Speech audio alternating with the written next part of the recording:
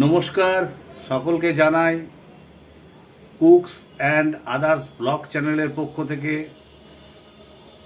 প্রভাতী অনেক অভিনন্দন, শুভেচ্ছা এবং ভালোবাসা। ক্যামেরাটা চালু করলাম। আজকে শনিবার, আজকে আমাদের খাওয়া দাওয়া হচ্ছে নিরামিষ, একদম ছিমছাম রান্না হবে। আমি সকালে জেনে নিয়েছি হবে হচ্ছে কলাইয়ের ডাল অর্থাৎ বিউলির ডাল, আলু পটল পোস্ত আর হচ্ছে আলু ভাতে। ভাজাভুজি আজকে আর কিছু নেই, তেঁতোও নেই, টকটা তো থাকবেই, টক দই থাকবে, এই আজকের রান্না। তবে শুরুতেই একটু চপ ভাজা দেখবেন, ওটা গতকাল গিন্নি করেছিলেন এবং সন্ধেবেলা। আমি তো সন্ধ্যের ভিডিও দিই না, তা আমি ভিডিও করে রেখেছিলাম, সেইটা গিন্নি চপ কীভাবে বানিয়েছে দেখবেন। তারপরে আজকের রান্না, নিরামিষ রান্না দেখা যাবে। তাহলে আমি এখন রান্নাঘরে যাই, দেখতে থাকুন, আমার সঙ্গে একটু থাকুন। আমার ছাড়া ভিডিওগুলো যদি ভালো লাগে তাহলে একটু লাইক সাবস্ক্রাইব করে দেবেন, বেল আইকনটা একটু অন করে দেবেন, একটু শেয়ার করবেন, একটু কমেন্ট করবেন। তাহলে আমি এখন রান্নাঘরে যাই, দেখি গিন্নি কী করছেন। দুটো যে ভাতের সাথে তো আলু দিয়ে দেবে, হয়ে গেল। আর ওই কলাইয়ের ডাল সেদ্ধ মনে হয় হয়ে গেছে, ওটাকে সাঁতলানো হবে আর পটল আলু পোস্ত হবে, এই তো কমন। তবুও দেখি।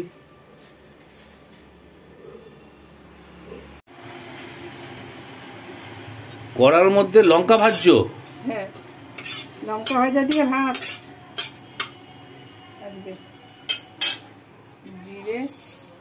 জিরে, গোটা গরম মশলা। এটা কি মশলা তৈরি করবে একটা?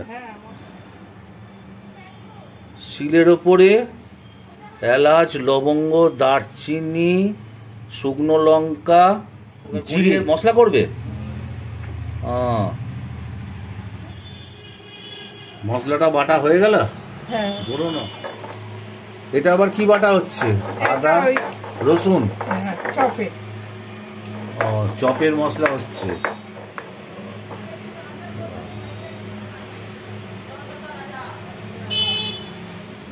তাহলে কড়া চেপে গেছে, কড়াই তেলও দেওয়া হয়েছে। শুকনো লঙ্কা, তেজপাতা, জিরে,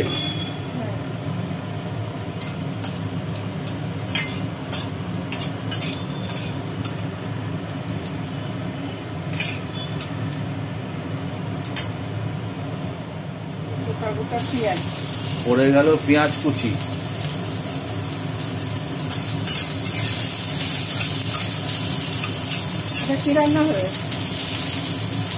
আমি শুনে নিয়েছি এটা চপের মশলা হচ্ছে। চপের ভেতরে আলু টালু দেওয়া থাকে না, আলুর চপ করছে, তো করবে আর কি, হবে না। টমেটো, এবার আলু ছেড়ে দেওয়া হলো, সেদ্ধ করে রাখা আলু। হ্যাঁ, অনেকটা হবে, অনেকটা খাবো আমি চপ সন্ধ্যেবেলা মুড়ি দিয়ে। আমাকে গোটা আঁশের চপ দেবা, বাড়িতে বানানো তো।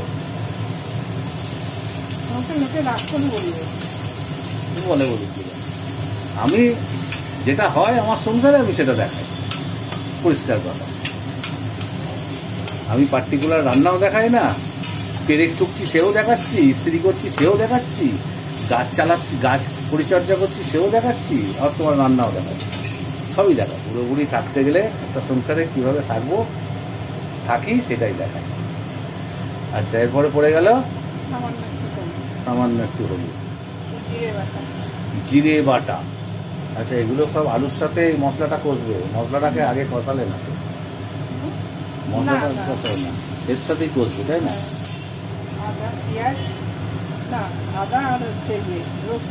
আদা রসুন পোড়া টাইপের আর কি। এর মধ্যে পড়লো কাঁচা লঙ্কা। মশলাটাই তো মেন।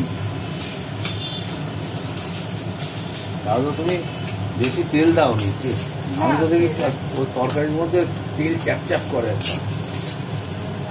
তেল দিয়ে ভাজা হবে, আবার ভেতরে এত তেলের কোনো দরকার নেই। তাহলে আর বাড়িতে ভাজা চপ পড়ে গেল। এর মধ্যে পড়ে গেল বাদাম।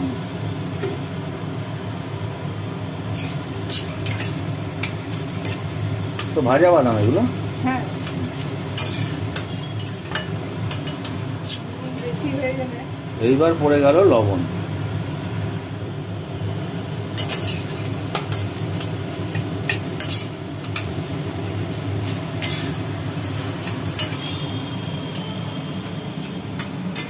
ভাজো।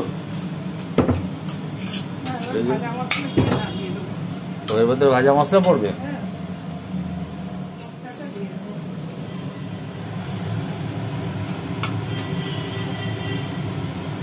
যে মশলাটা বানালাম, হ্যাঁ, যেটা বানানো হলো সেই মশলাটার মধ্যে দিয়ে দিল।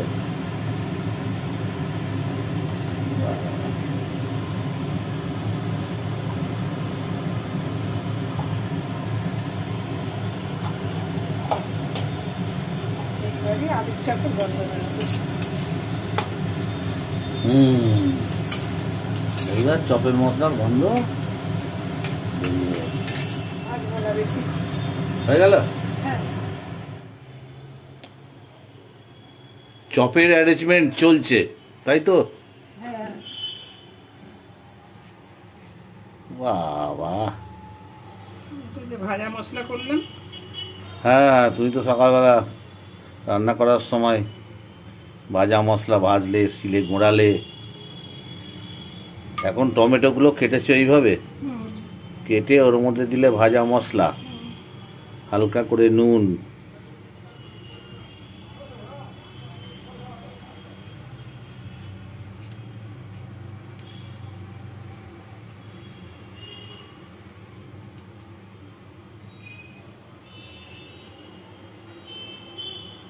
আলু টমেটোর চপ।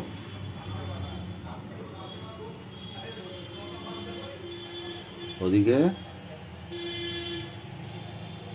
যে আলু বাদাম ফাদাম দিয়ে যেটা করেছিলে ওটাকে চপের আকৃতি করে দিয়েছে। বস, এইবার বুঝতে পেরেছি। বেসন মাখা হয়ে গেছে।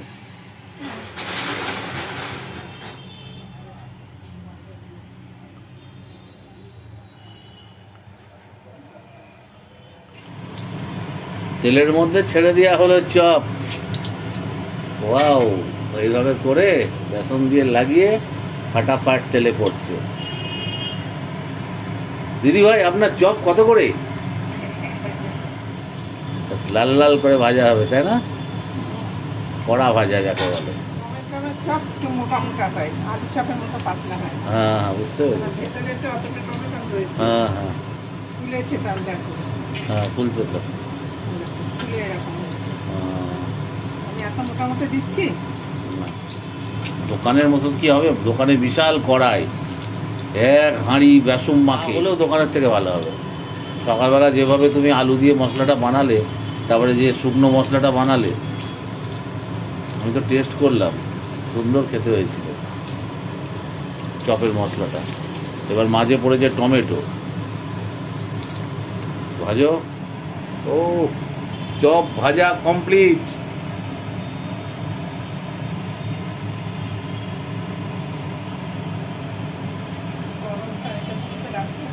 কিছু হবে না, কিছু হবে না। বাহ, ফুলকো ফুলকো আলু টমেটো চপ। চপ মুড়ি রেডি। সন্ধ্যের টিফিন আজকে গিন্নির হাতের ভাজা চপ আর সাথে মুড়ি। এখন বসে বসে খাবো। কালকে সন্ধ্যের গিন্নির চপ ভাজা তো দেখলেন। এইবার আজকে কি কি রান্না হলো দেখুন। আমি ব্যালকনিতে দাঁড়িয়ে আছি, গাছগুলোকে একটু দেখাচ্ছি। এইসব গাছগুলো তো কেটে একদম ছোট ছোট করে দিয়েছিলাম। আর এখানে গিন্নি এর আগের দিনও দেখিয়েছি, কুমড়ো গাছ পুঁতেছে। দেখুন আস্তে আস্তে আস্তে আস্তে কত বড় হয়ে গেছে। 3টে টবে 3টে দিয়েছে। এই একটা, এই একটা, এই একটা। এই দুটো একটু ছোট আছে, এইটা একদম বিশাল হচ্ছে আস্তে আস্তে। এই গ্রিল দিয়ে দিয়ে যেটুকু হয়। তাহলে কালকের চপ দেখলেন, এখন রান্নাঘরে যাই। আজকের রান্না দেখুন কি হচ্ছে। রান্নাঘরে চলে এলাম। ডাল ডাল সেদ্ধ হচ্ছে। হ্যাঁ, আজকে তো শনিবার, নিরামিষ, সবই নিরামিষ। স্পেশাল রান্না, স্পেশাল রান্না।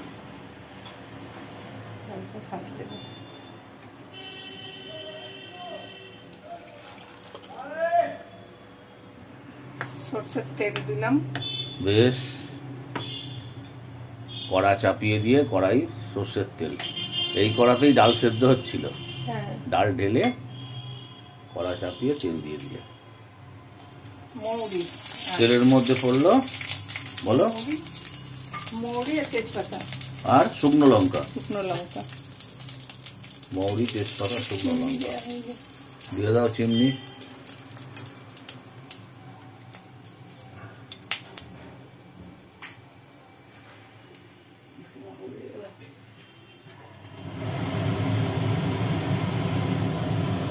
দেওয়া হলো বিউলির ডাল,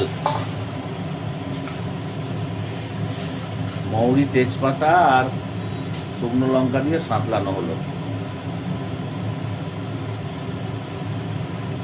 একটু ফুটলে আদা মৌরি বাটা দেবে।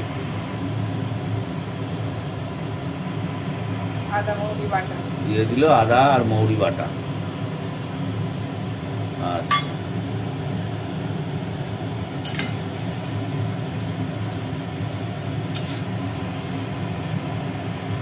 ডালের কাজ শেষ। ডাল নামিয়ে নেবে।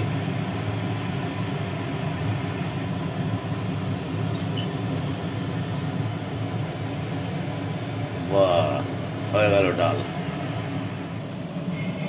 কড়া চেপেছে, কড়ার মধ্যে পড়েছিল তেল, তেল গরম হয়ে গেল। এবার কুচিয়ে রাখা পটলগুলো ভেজে নেওয়া হবে। আলু পটলের পোস্ত হবে, নিরামিষ। পটলের মধ্যে দিয়ে দিল পরিমাণ মতো লবণ।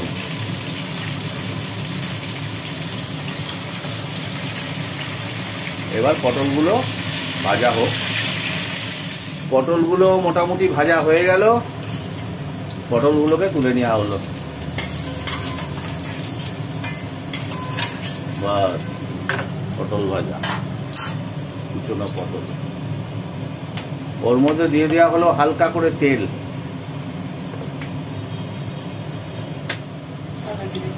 তেলের মধ্যে ফেললো কালো জিরে। জল আছে, তোমার ছিটকে লাগবে কিন্তু, সরে যাও। এইবার কড়ার মধ্যে দিয়ে দেওয়া হলো কেটে রাখা কুচনো আলুগুলো। তৈরি হচ্ছে আলু মটর পোস্ত, নিরামিষ।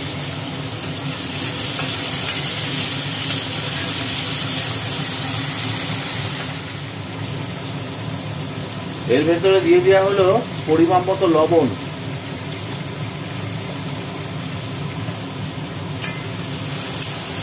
আলুগুলো একটু ভাজি ভাজি করা হবে, এগুলো চাপা।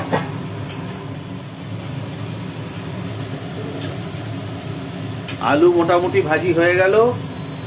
ওর মধ্যে দিয়ে দেওয়া হলো পোস্ত আর কাঁচা লঙ্কা বাটা। একটু ঝাল ঝাল করো। কাঁচা লঙ্কার ঝাল একটু করে, কারণ নিরামিষ তো, ঝাল না হলে ভালো লাগবে না।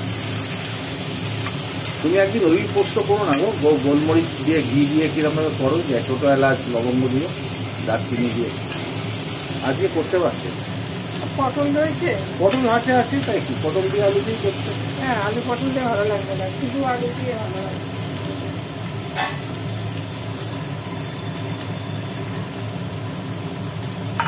সাদা পোস্ত তো? হ্যাঁ হ্যাঁ, সাদা পোস্ত। ওই বুঝতে পেরেছি, ছোটো এলাচ, দারচিনি টারচিনি দিয়ে করতে না। এটা একটু ভাজি ভাজি হবে নাকি? মোটামুটি পোস্ত আলু দিয়ে কষানো হলো। এইবারে পড়ে গেল জল। এই জলটা দেওয়া হচ্ছে আলু পটল সেদ্ধ হওয়ার জন্য, তাই তো? পটল এখন দেবে, এখনই দিয়ে দেবে নাকি? এখন পিয়া থাকলো চাপা, তাই তো? হলুদ দেবো। নুন দিয়েছিলে? হ্যাঁ, নুন আলুতে দিয়েছিলে না?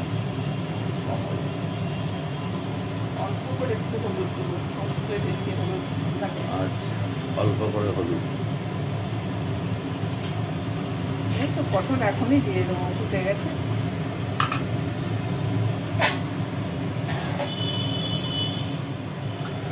মোটামুটি একটু ফুট উঠেছে, এর মধ্যে এবার ভেজে রাখা পটলগুলো দিয়ে দিল।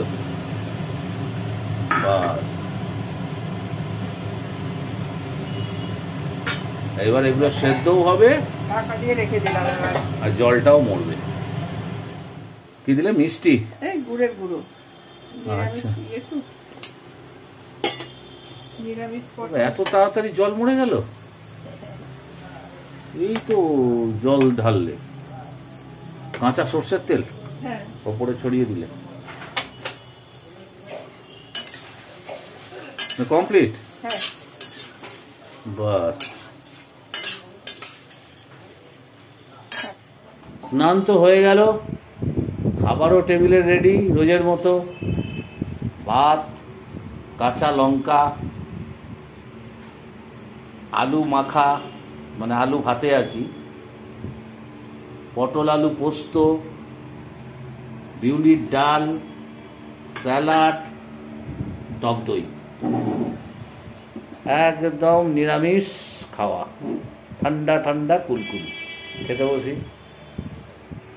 শুরু করে দিই রোজের মতো নিরামিষ।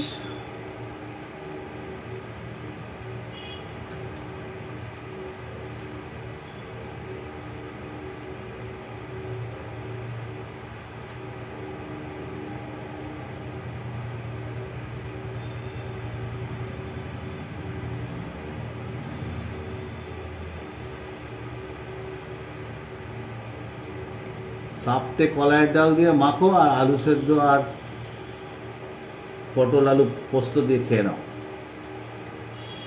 বাম্পার খাওয়া।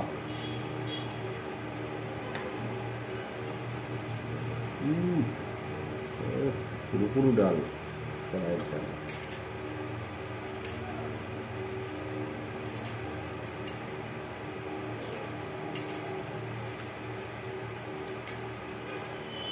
বিউলির ডালটা প্রতি শনিবারে যে হয় এমন না, তিনি মাঝে মাঝে দেখা দেন, যার জন্য ভালো লাগে।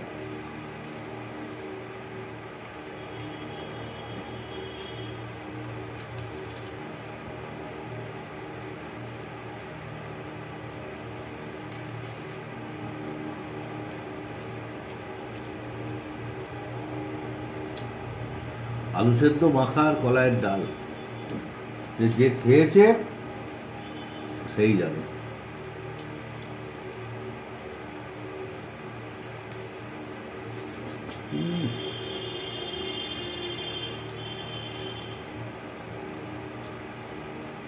এক্ষুনি খাওয়া হয়ে যাবে।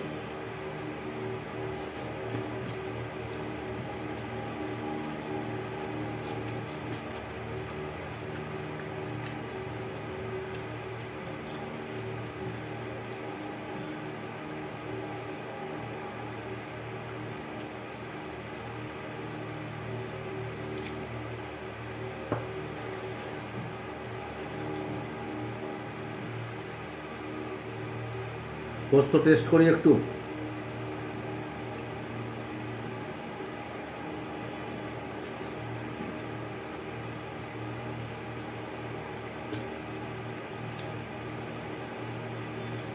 পোস্ত বাম্পার।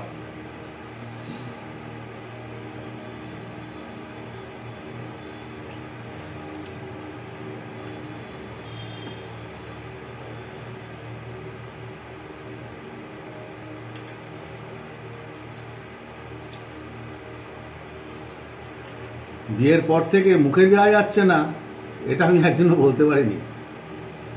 যদিও খুলে গেল 36 ইঞ্চি হয়ে গেছে, তাহলেও যেটা সত্যি সেটাই বললাম।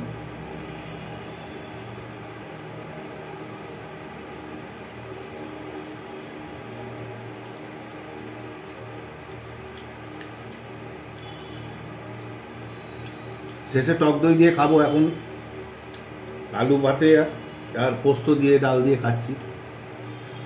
হয়ে গেলে এই সামান্য দুটো ভাত রেখেছি, ওইটা দিয়ে টক দই দিয়ে খাবো। তাহলে খাই।